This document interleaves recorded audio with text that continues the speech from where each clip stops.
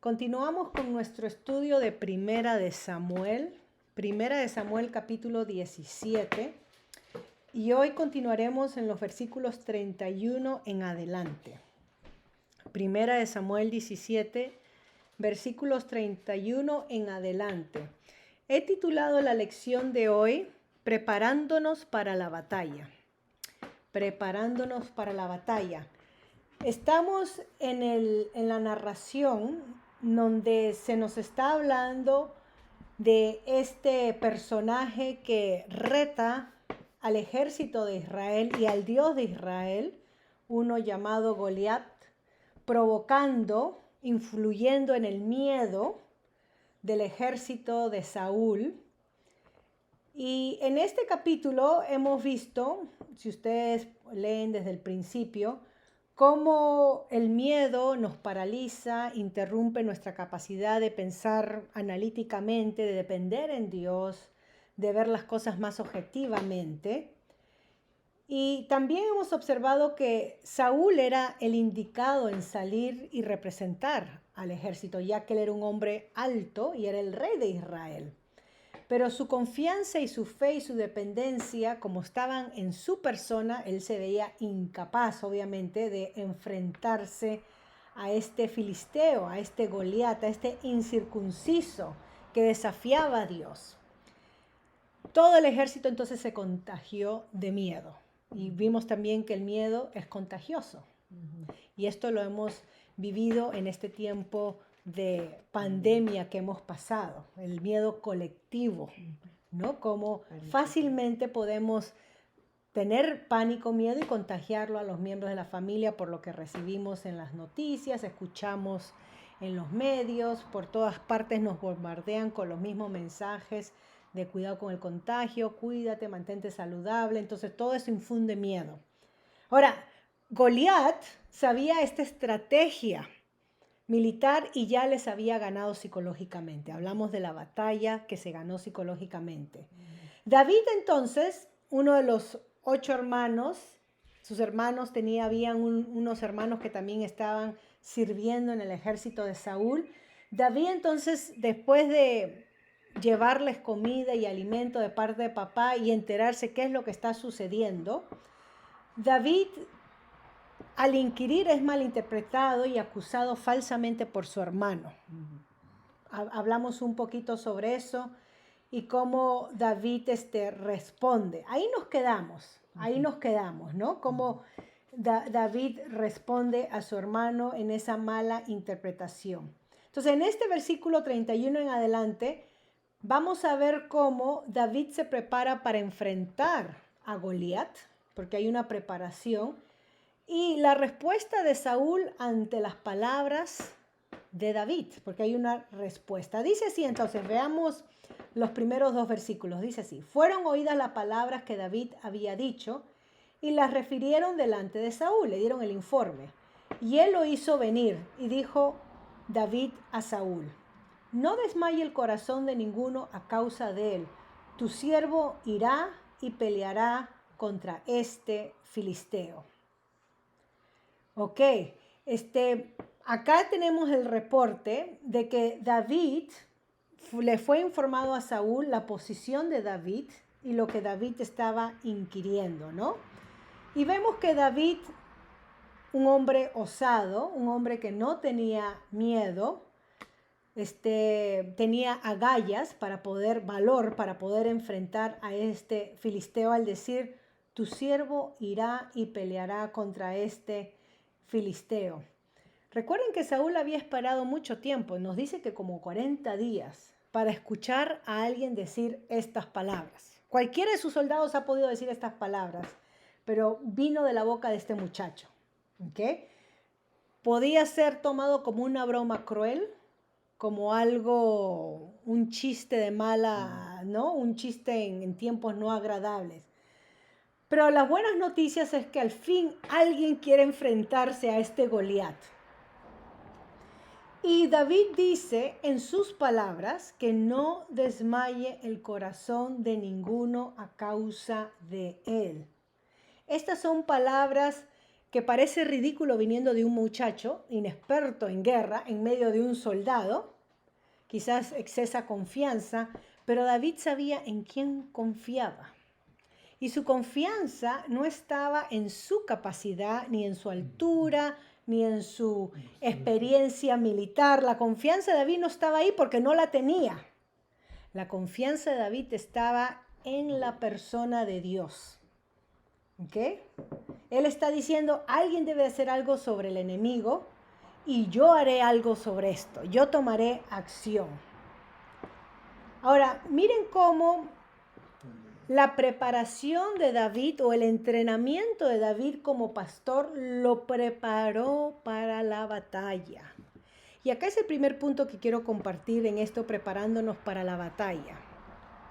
Lo que Dios ha puesto en nuestras vidas, en cosas de lo que hacemos diariamente, ya sea en nuestro trabajo, en nuestra casa, con lo que lidiamos diariamente, seamos madres de casa o seamos personas que trabajemos en un hospital o una oficina, es el método que Dios usa para prepararnos para luchar batallas más grandes que vamos a luchar, batallas espirituales. Y miren acá cómo el entrenamiento de David como pastor lo preparó para este momento. Dice así versículo 33 en adelante, al 37.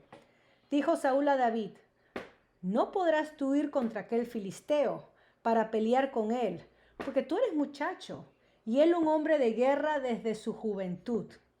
David respondió a Saúl, tu siervo era pastor de las ovejas de su padre, y cuando venía un león o un oso y tomaba algún cordero de la manada, salía yo tras él y lo hería y lo libraba de su boca. Y si se levantaba contra mí, yo le echaba mano de la quijada y lo hería y lo mataba. Fuese león, fuese oso, tu siervo lo mataba. Y este filisteo incircunciso será como uno de ellos, porque ha provocado al ejército del Dios viviente, añadió David. Jehová me ha librado de las garras del león y de las garras del oso. Él también me librará de la mano de este filisteo. Y dijo Saúl a David, ve y Jehová esté contigo. Miren lo primero que le dice Saúl a David.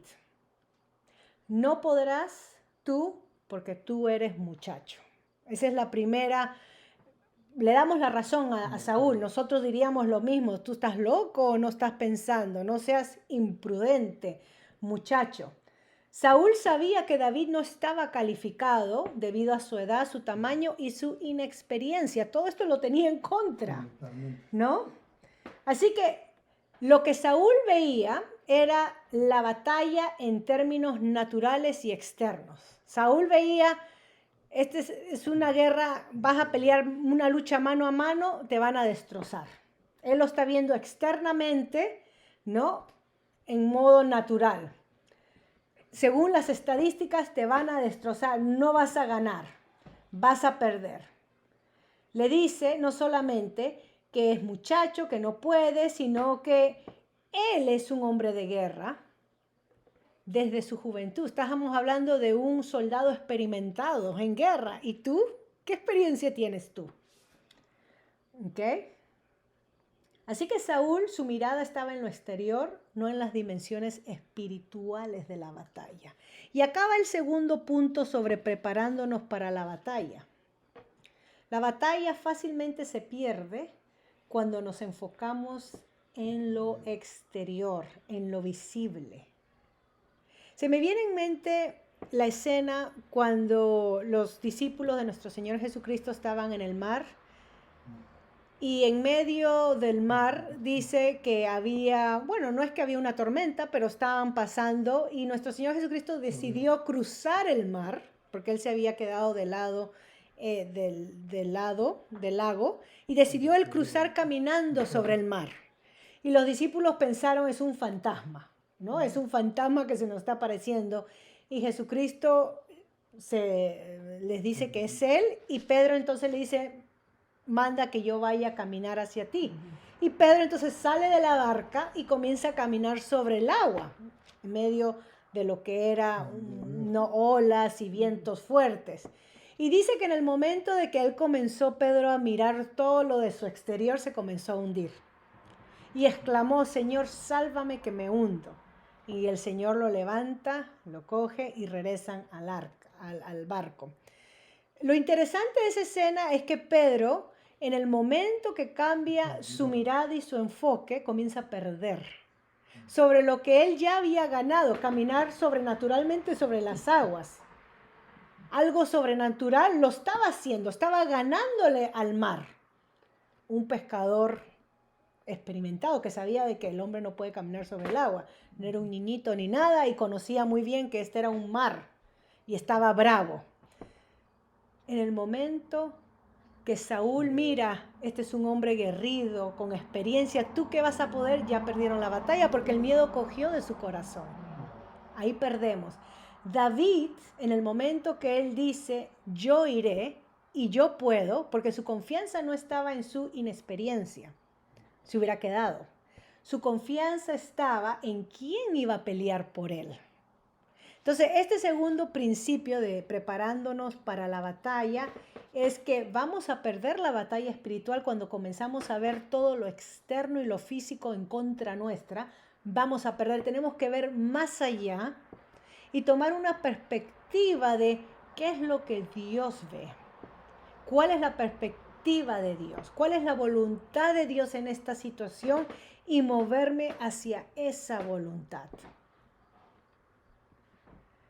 David habla sobre cómo Dios lo había preparado en la batalla cuando David era un humilde pastor. Un león atacaba a las ovejas, David se enfrentaba.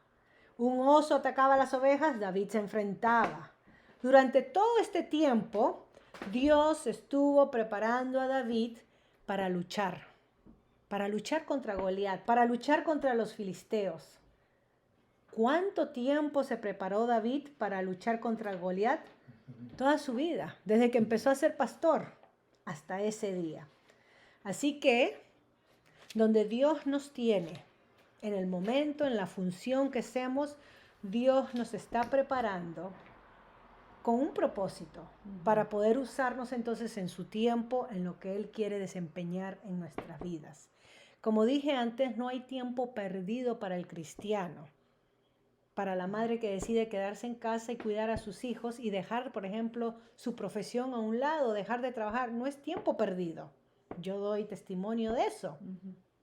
No hay tiempo perdido si el padre decide, ya no voy a trabajar 2 trabajos porque sacrifico el tiempo con mi familia, estoy cansado, no quiero ir a la iglesia el domingo, y deja entonces, no hay pérdida en eso, aunque tendrían que ajustar el presupuesto económico y quizás no tanto Tim Hortons ni McDonald's o comidas en la calle, porque lo más importante es tiempo con mi familia, aparte de cumplir con mi trabajo, en vez de tener doble trabajo y convertirme en un workaholic, con una persona que para produciendo, ¿no? Donde uno se va desgastando. Entonces tenemos que pensar bien cómo Dios nos está preparando para lo que Él tiene para nosotros. En este caso, David fue preparado y David entonces tenía valentía porque vio a Goliat como una de estas bestias. David vio a Goliat como un león, como un oso, como una de las fieras.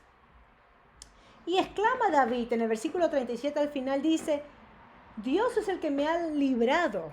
¿Ven ahí la afirmación de David? Dios es el que me ha librado de las garras de las bestias. Como pastor, David se enfrentaba con peligro. Y él estaba confiado de que Dios también lo iba a librar ahora.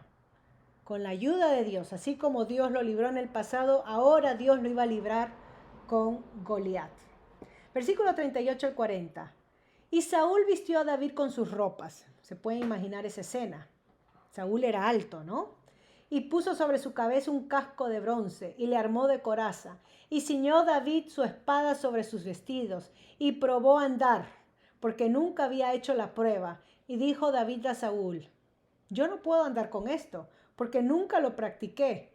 Y David echó de sí aquellas cosas y tomó su cayado en su mano y escogió 5 piedras lisas del arroyo y las puso en el saco pastoril, en el zurrón que traía, y tomó su honda en su mano y se fue hacia el filisteo.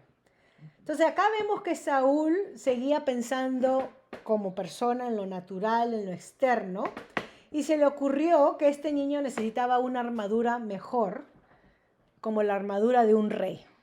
Pero lo que Saúl no sabía es que David ya estaba investido de la armadura de Dios. Recuerden que cuando Saúl lo unge, dice que el Espíritu de Dios vino sobre David y abandonó el espíritu a Saúl. Y vino un espíritu que lo atormentaba. Entonces David tenía la unción del mismo Espíritu de Dios, tenía la armadura del Espíritu de Dios. Espiritualmente tenía toda la armadura necesaria, más la fe, confiando que Dios lo iba a librar, como lo había hecho en el pasado. Este es el otro principio número 3. Preparándonos para la batalla tenemos que estar vestidos de la armadura de Dios. Y quizás preguntemos, bueno, ¿cuál es la armadura de Dios? Pablo nos las da en Efesios capítulo 6. Desde el versículo 10 en adelante, Pablo nos habla sobre qué tipo de armadura debemos de vestirnos. Y usa la ilustración, el ejemplo de la armadura de los romanos, porque ese es el visual que se tiene, la armadura romana, para hablarnos en temas espirituales. Y permítanme leerles, porque es un pasaje importante, Efesios capítulo 6, versículo 10 en adelante. Dice así: por lo demás, hermanos míos, fortaleceos en el Señor. ¿Okay? Ese es un principio también para evadir el miedo, no dejar que el miedo tome nuestro corazón. Nos fortalecemos en el Señor como David lo había hecho. Y en el poder de su fuerza, no depende de mi habilidad, mi entrenamiento, sino en el poder de su fuerza. Estamos hablando de la fuerza del Señor. Dice así: vestidos de toda la armadura de Dios, para que podáis estar firmes contra las acechanzas del diablo, del enemigo. Porque no tenemos lucha contra sangre y carne. Esto es lo que Saúl no entendía. Él ya había perdido porque él pensaba que su lucha era carnal y su lucha era espiritual. El pasaje anterior nos dice cómo él era atormentado por un espíritu. Él ya había perdido las batallas porque su enfoque estaba en él y no en Dios. ¿Okay? Entonces nosotros no podemos olvidar que nuestras luchas no es carnal, sino espiritual, sino contra sangre y carne, sino contra principados, contra potestades, contra los gobernadores de las tinieblas de este siglo, que son los que influencian para mal, contra huestes espirituales de maldad en las regiones celestiales. Por tanto, tomad la armadura, toda la armadura de Dios, para que podáis resistir en el día malo, porque vienen días malos.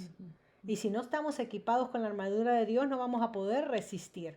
Y habiendo acabado todo, estar firmes. Estad pues firmes, ceñidos vuestros lomos con la verdad. Acá viene la armadura. Nos protegemos con la verdad de Dios, que es la palabra de Dios. Y vestidos con la coraza de justicia. La justicia de Dios. Y calzados los pies con el apresto del evangelio de la paz. Siempre llevamos el evangelio de paz para donde vamos. Es parte de nuestra ropa, de nuestra vestimenta. Sobre todo tomar el escudo de la fe. ¿No tenía acá fe David? Tenía su escudo. Dios me librará. Si Dios me libró del león, del oso, Dios me librará de este filisteo incircunciso. Él tenía fe en Dios, no en sus habilidades. Con que podéis apagar todos los dardos del fuego del maligno. Tomar el yelmo de la salvación y la espada del Espíritu, que es la palabra de Dios. Orando en todo tiempo. Así nos preparamos para la batalla espiritual. No solamente vistiéndonos de la armadura de Dios, pero orando en todo tiempo y con toda oración y súplica en el Espíritu, y velando en ello con toda perseverancia y súplica por los santos. Voy a parar ahí hasta el versículo 18. Orando todo tiempo. Una manera como nos preparamos es orando siempre. Así que la armadura de Saúl no funcionó para vestir a David. ¿Ok? No funciona. También nosotros no podemos pelear con la armadura de otra persona. ¿Ok? No podemos copiar a otros en su forma de dependencia de Dios. La obra de Dios es la manera como trabaja conmigo individualmente y yo tengo que confiar en lo que Dios está haciendo a través de mí. ¿Okay? David dice que echó las cosas porque nunca las practicó, les pesaban, era un estorbo a su vida. Y entonces tomó 5 piedras del arroyo, tenía en su saco y su honda. ¿Ok? Con 5 piedras. Ahora, muchos preguntan, pero ¿por qué con 5 piedras si Goliat era uno? ¿No era una piedra suficiente? Con una piedra mató a Goliat. Pero el texto más adelante, en el 2 de Samuel capítulo 21, si quieren apuntar, 2 de Samuel 21, 18 al 22, nos dice que Goliat tenía 4 parientes que también eran gigantes, a quienes David y sus asociados mataron más adelante. Tuvieron que enfrentarse. O sea, Goliat era el que iba a pelear lucha, pero habían los hermanos, igual que David tenía sus hermanos, que eran también gigantes y estaban ahí. Y una vez que termine esta lucha, se iban a enfrentar unos con otros. Así que él tenía 5 piedras, ¿ok? Para los hermanos. Ahora, miren versículo 41 al 44, cómo es la derrota de David sobre Goliat. Dice así: y el filisteo venía andando y acercándose a David y su escudero delante de él. Y cuando el filisteo miró y vio a David, le tuvo en poco, o sea, lo menospreció, porque era muchacho y rubio y de hermoso parecer. Y dijo el filisteo a David: ¿soy yo perro para que vengas a mí con palos? Y maldijo a David por sus dioses. Dijo luego el filisteo a David: ven a mí y daré tu carne a las aves del cielo y a las bestias del campo. Acá vemos a David enfrentando al contrincante y cómo Goliat, el filisteo, obviamente no iba a ser una pelea justa porque eran 2 extremos, ¿no? Dos despares. En el boxeo se pelea por peso, ¿verdad? Es peso liviano, mediano o heavy. Acá vemos que el peso no iba, era un lightweight con un heavyweight, así que Goliat sabía eso. Esta palabra "soy yo perro", que la pregunta que hace Goliat es usada en pasajes de la Biblia como Deuteronomio 23, 18, para referirse a hombres homosexuales que son prostitutos. Así que Goliat sintió que David lo estaba insultando su hombría para que salga a pelear así. ¿Ok? Al decirle "soy yo perro", esa palabra que usa Caleb en Deuteronomio 23, 18, habla de hombres homosexuales prostitutos. Le está diciendo: ¿soy yo acaso una P para pelear? Eso es lo que le está diciendo. O sea que las palabras que habló Goliat para amedrentarlo, para atemorizarlo, eran palabras feas. ¿Ok? Y lo maldijo. Dice que lo maldijo a David. Versículo 45 al 47, ya no hay necesidad del texto bíblico de decirnos qué palabras usó, pero lo maldijo. Dice así: entonces dijo David al filisteo, y acá está la clave, ¿ok? Preparándonos para la batalla, hemos dado principios. Entonces dijo David al filisteo: tú vienes a mí con espada y lanza y jabalina, mas yo vengo a ti en el nombre de Jehová de los ejércitos, el Dios de los escuadrones de Israel, a quien tú has provocado. Jehová te entregará hoy en mi mano y yo te venceré y te cortaré la cabeza y daré hoy los cuerpos de los filisteos a las aves del cielo y a las bestias de la tierra. Y toda la tierra sabrá que hay Dios en Israel. Y sabrá toda esta congregación que Jehová nos salva con espada y con lanza, porque de Jehová es la batalla, y Él los entregará en nuestras manos. Miren dónde está la fe de David. Está vestido con fe. ¿Ok? Ahora, nos podemos imaginar este escenario cuando escucharon a David hablar. Y David acá hace un contraste entre él y Goliat. ¿Ok? Le da crédito a Goliat, que vino con buenas armas, pero las armas de David eran mucho mejor. ¿Ok? Dice: yo vengo a ti en el nombre de Jehová de los ejércitos. Y este es otro principio número 4.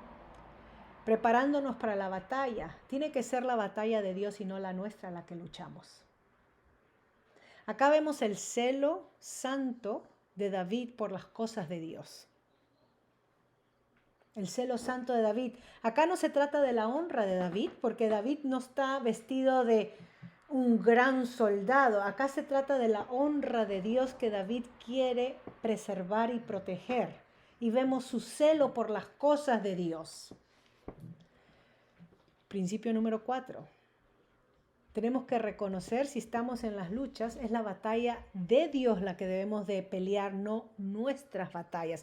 Aunque se vean como las nuestras, tenemos que ver que es la causa de Dios. La causa de Dios por la cual estamos abogando. La causa de Dios. David dijo, yo soy un hombre enviado con una misión, la misión de Dios. ¿Con qué misión nosotros luchamos?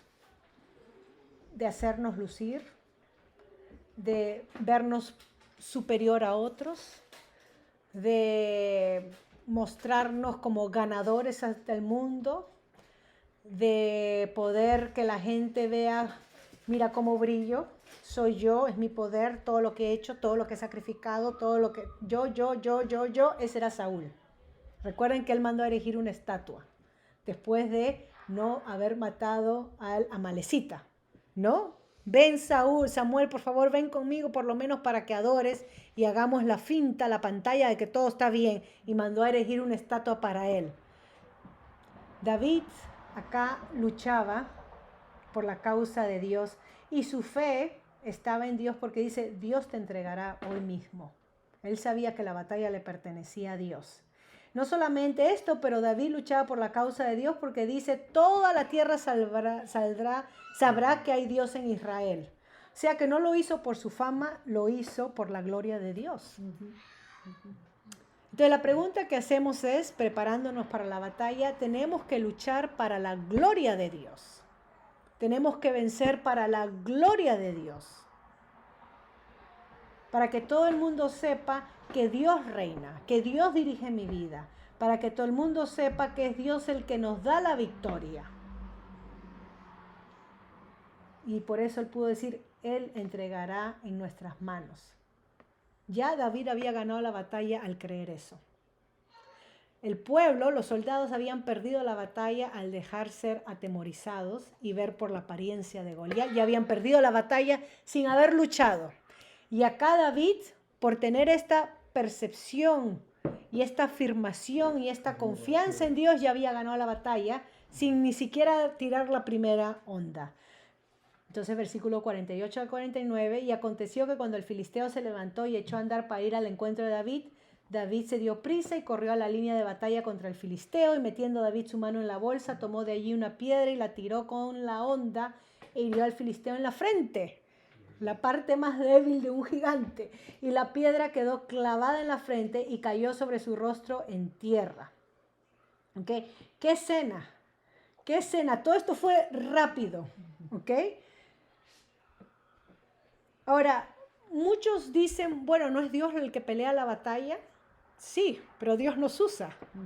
No es que David se quedó sentado y esperó que Goliat caiga, le dé un ataque al corazón y ¡pum! Ya ganamos. Él tenía que ir y luchar. Así que hay una participación activa de parte del creyente. Sí oramos, sí nos preparamos, sí creemos, sí nos fortalecemos con la verdad de la palabra de Dios, pero cuando es tiempo de actuar, actuamos y rápido, confiando que Dios nos va a dar la victoria. ¿Ok?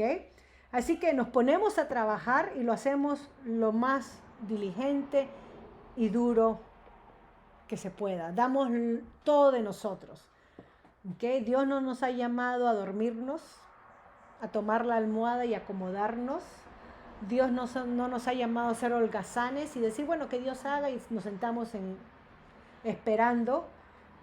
¿Okay? Queremos que Dios sea glorificado y para eso tenemos que marchar. Nos dice entonces lo que David tenía en la mano. Lo que David tenía en la mano, su honda, su piedra. Lo que tenía en la mano como un pastor. Esos eran sus instrumentos de uso diario. Entonces, nuevamente la pregunta para nosotros, ¿qué está a nuestro alcance? ¿Qué usamos diariamente? ¿Qué está a nuestra mano, a nuestro alcance? ¿Okay? ¿Qué es lo que está a nuestro alcance? Dice que la piedra quedó clavada en el rostro. Y así como nosotros leímos en el capítulo 5 de Primera de Samuel, si se acuerdan, versículo 2 a 5, esa escena donde el rey Dagón cae postrado ante el arca, ¿no? Las patas como que cortados y cae postrado sobre su rostro y adora a Dios. Así también el filisteo, se repite la escena, ya no el ídolo, pero ahora Goliat cae y David entonces lo decapita. Y así termina los versículos 50 seguimos leyendo. Dice, así venció David, versículo 50, al filisteo con honda y piedra, e hirió al filisteo y lo mató sin tener David espada en su mano. Entonces corrió David y se puso sobre el filisteo, aprovechando el momento que cayó, y tomando la espada de él y sacándola de su vaina, su propia espada, lo acabó de matar y le cortó con ella la cabeza. Y cuando los filisteos vieron a su paladín muerto, huyeron. O sea, el miedo se transfirió. Levantándose luego los de Israel y los de Judá, gritaron y siguieron a los filisteos hasta llegar al valle y hasta las puertas de Ecrón. Y cayeron los heridos de los filisteos por el camino de Saarim hasta Gad y Ecrón. Y volvieron los hijos de Israel de seguir tras los filisteos y saquearon su campamento. Y David tomó la cabeza del filisteo y lo trajo a Jerusalén, pero las armas de él las puso en su tienda. Entonces acá se nos está dando la narración de lo que sucedió después de la batalla, ¿okay? Cómo David usó la misma espada de Goliat para matarlo, cómo los filisteos huyeron muertos de miedo, huyeron. Entonces el ejemplo de David les dio valor y fe en Dios al ejército de Israel. El ejemplo de Saúl dio miedo y se apartaban, no querían luchar. El ejemplo de David trajo lo opuesto. Y eso que David nunca leyó a Pablo decirle a Timoteo, nosotros tenemos esto en 1 Timoteo 4:12, ninguno tenga en poco tu juventud, pero esto podemos aplicarlo a David, sino sé ejemplo de los creyentes en palabra, conducta, amor, espíritu, fe y pureza. David dirigió con el ejemplo y guió a Israel a una gran victoria. Y así nosotros tenemos que guiar con el ejemplo. Ok, entonces se nos habla que tomó la cabeza y lo puso en Jerusalén. Más adelante cuando es conquistada, obviamente. También vamos a ver que David va a usar la espada de Goliat. Ok. Versículos 55 al 58. Y cuando Saúl vio a David que salía a encontrarse con el filisteo, dijo a Abner, general del ejército, Abner, ¿de quién es hijo ese joven? Y Abner respondió, vive tu alma, oh rey, que no lo sé. Y el rey dijo, pregunta de quién es hijo ese joven. Ya lo habían dicho cuando fue a tocarle el arpa, pero parece que salió, no le dio importancia, ¿no? Ahora sí me interesa. Y el rey dijo, pregunta de quién es hijo ese joven. Y cuando David volvía de matar al filisteo, Abner lo tomó y lo llevó delante de Saúl, teniendo David la cabeza del filisteo en su mano. Y le dijo Saúl, muchacho, ¿de quién eres hijo? Y David respondió, yo soy hijo de tu siervo Isaí de Belén. Okay. Saúl sabía quién era David, era su músico privado, como vimos en el pasaje anterior. Pero ahora como que se interesa. Ahora sí marca David, impresiona, ¿no? Y como Saúl había prometido darle su hija, y no lo cumple, ojo, ¿okay? Había prometido dar su hija al hombre que matara a Goliat, quería conocer quién iba a ser parte de su familia. Vamos a ver qué hija le da, pero no le da lo que había prometido.